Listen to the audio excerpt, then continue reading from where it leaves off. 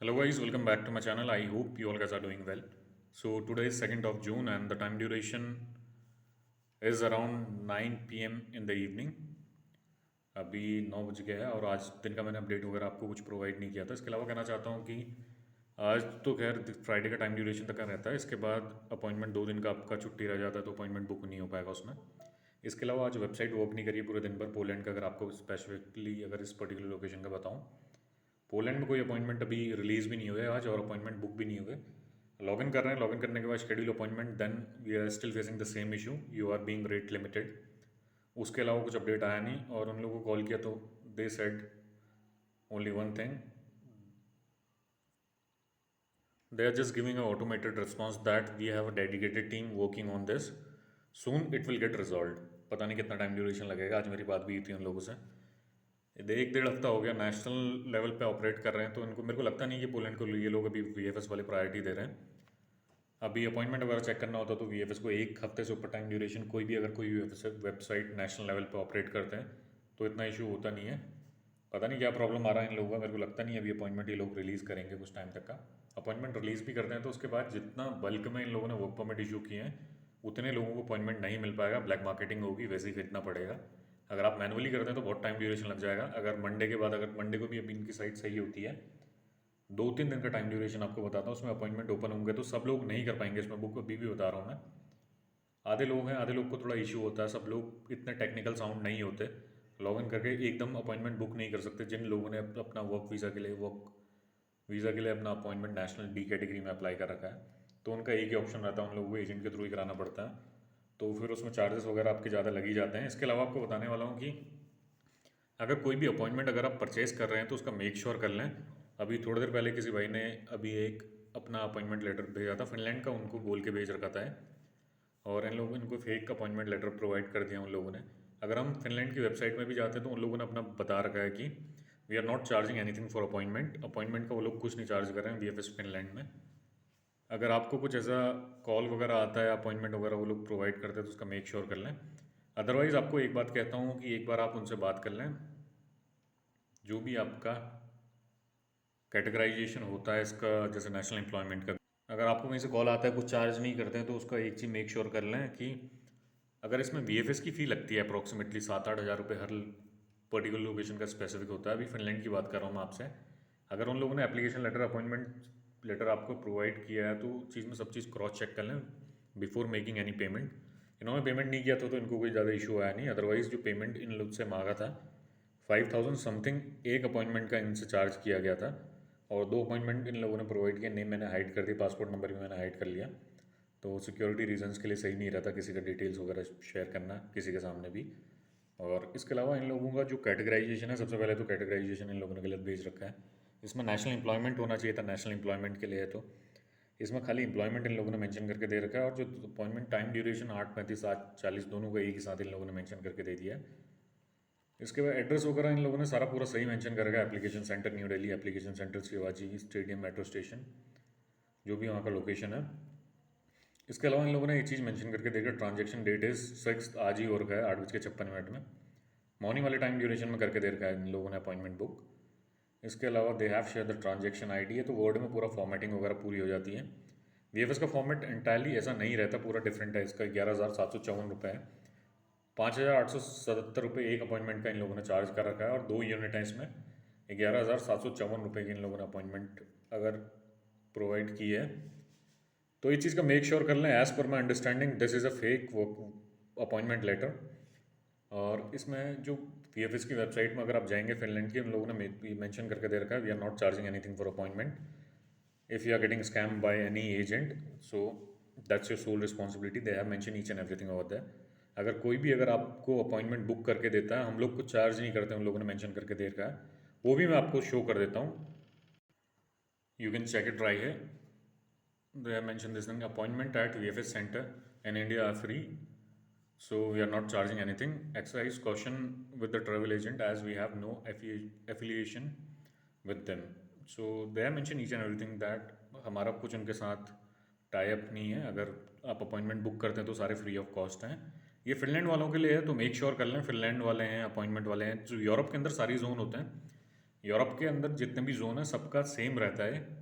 अब हर लोकेशन का डिफरेंट रहता है। जैसे पोलैंड का 874 समथिंग वो लोग चार्ज कर रहे हैं, क्योंकि पोलैंड की रिक्वायरमेंट बहुत ज़्यादा है। फिर as compare to Poland, Europe के अंदर फिनलैंड की रिक्वायरमेंट उतनी ज़्यादा नहीं है, इतने ज़्यादा वर्क परमिट वगैरह इशू नहीं होते हैं। तो हर कंट्री का एक डिफरेंट रहता है। पर सारा तो आपको पता है कि एट द एंड की VFS ही सारा, VFS ग्लोबल सारा ऑपरेट कर रहा है। एंड टू एंड वर्क पूरा VFS ग्लोबल ही देख रहा है इंडिया के अंदर। इसके अलावा अगर आप अपॉइंटमेंट वगैरह बुक करते हैं तो इस चीज़ का मेक श्योर कर लें। और इसके बाद जो इनकी गाइडलाइन है आप चेक कर सकते हैं, इन्होंने they are mention each and everything.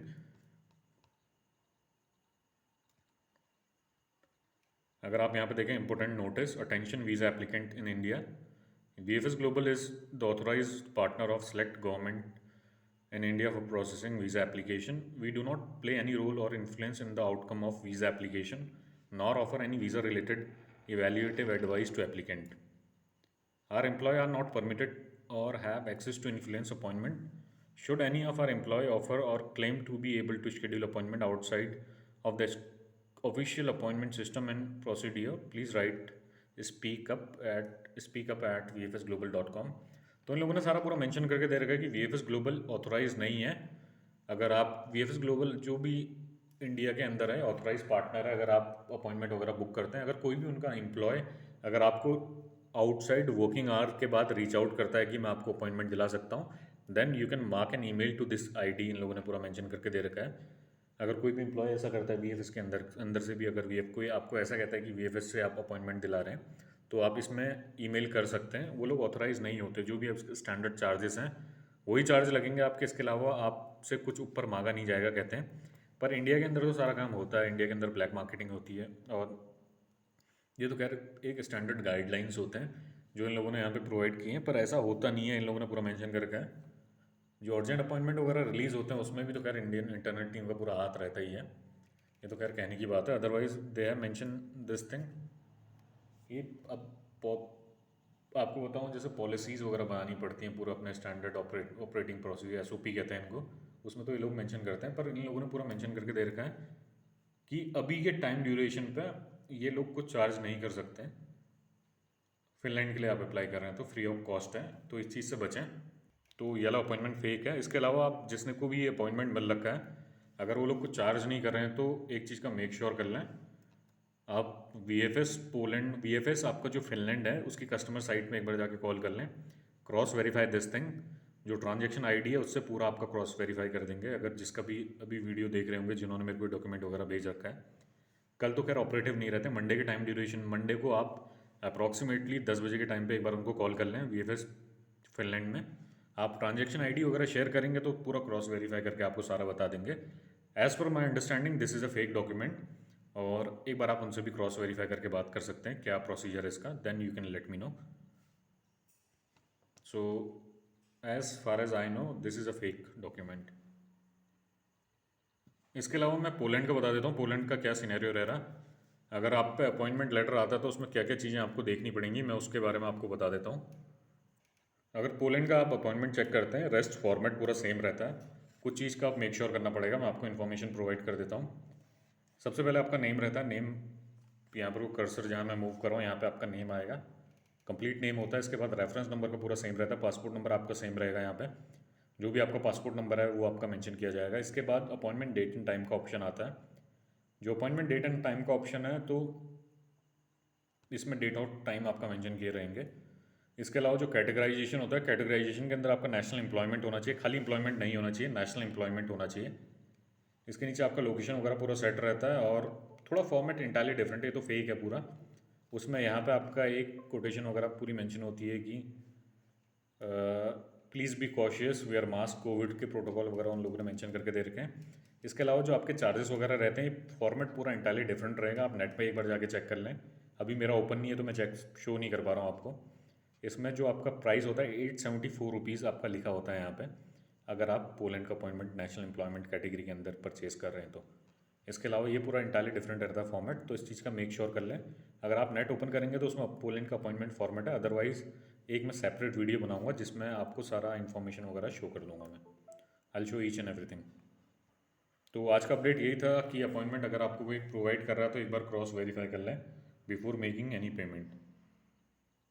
अगर ये लोग अगर पेमेंट करते तो 11,754 रुपये का इनको नुकसान हो जाता. That is a huge amount if we are paying this amount for nothing. बहुत ज़्यादा अमाउंट है. इतना भी पूरा मेक श्योर कर लें. आधे लोगों को स्कैम वगैरह कर रहे हैं, तो अभी ऐसा होता है कि सब लोगों को रिक्वायरमेंट है और आधे लोग इसका फ़ायदा उठाते हैं, तो वो लोग भी ऐसे डॉक्यूमेंट वगैरह प्रोवाइड करते हैं. तो इस चीज़ का मेक श्योर कर लें. और इसके अलावा अगर अगर आपका कोई एजेंट वगैरह स्कैम कर रहे हैं, बाहर से कुछ वर्क परमिट वगैरह आपको डॉक्यूमेंट भेज रहे हैं, कह रहे हैं कि हम पर्टिकुलर किसी डोमेन में हायर कर रहे हैं और ऐसे डॉक्यूमेंट वगैरह भेजेंगे, तो आप इसका भी मेक श्योर कर लें. अदरवाइज़ वही स्कैम होता है आपका, पैसे वगैरह आपके सारे ले लेंगे वो लोग. VFS ग्लोबल में आने के लिए कह रहे थे, इनको पता नहीं क्या सिनेरियो है इनका. ये तो कह रहे हैं कि VFS ग्लोबल में इनको 7 तारीख को बुला रखा है. अब एक बार फॉर्मेट को दोबारा चेक कर लेंगे मंडे वाले टाइम ड्यूरेशन में. अभी मैं भी चेक नहीं कर पाऊंगा क्योंकि मेरे को टाइम ड्यूरेशन नहीं है. As per my understanding this is fake document. और एक बार मंडे को कॉल करके एक बार क्रॉस वेरीफाई कर लेंगे तो उनको पता चल जाएगा क्या सिनेरियो है. और इसके अलावा आपको कहना चाहता हूँ कि मैं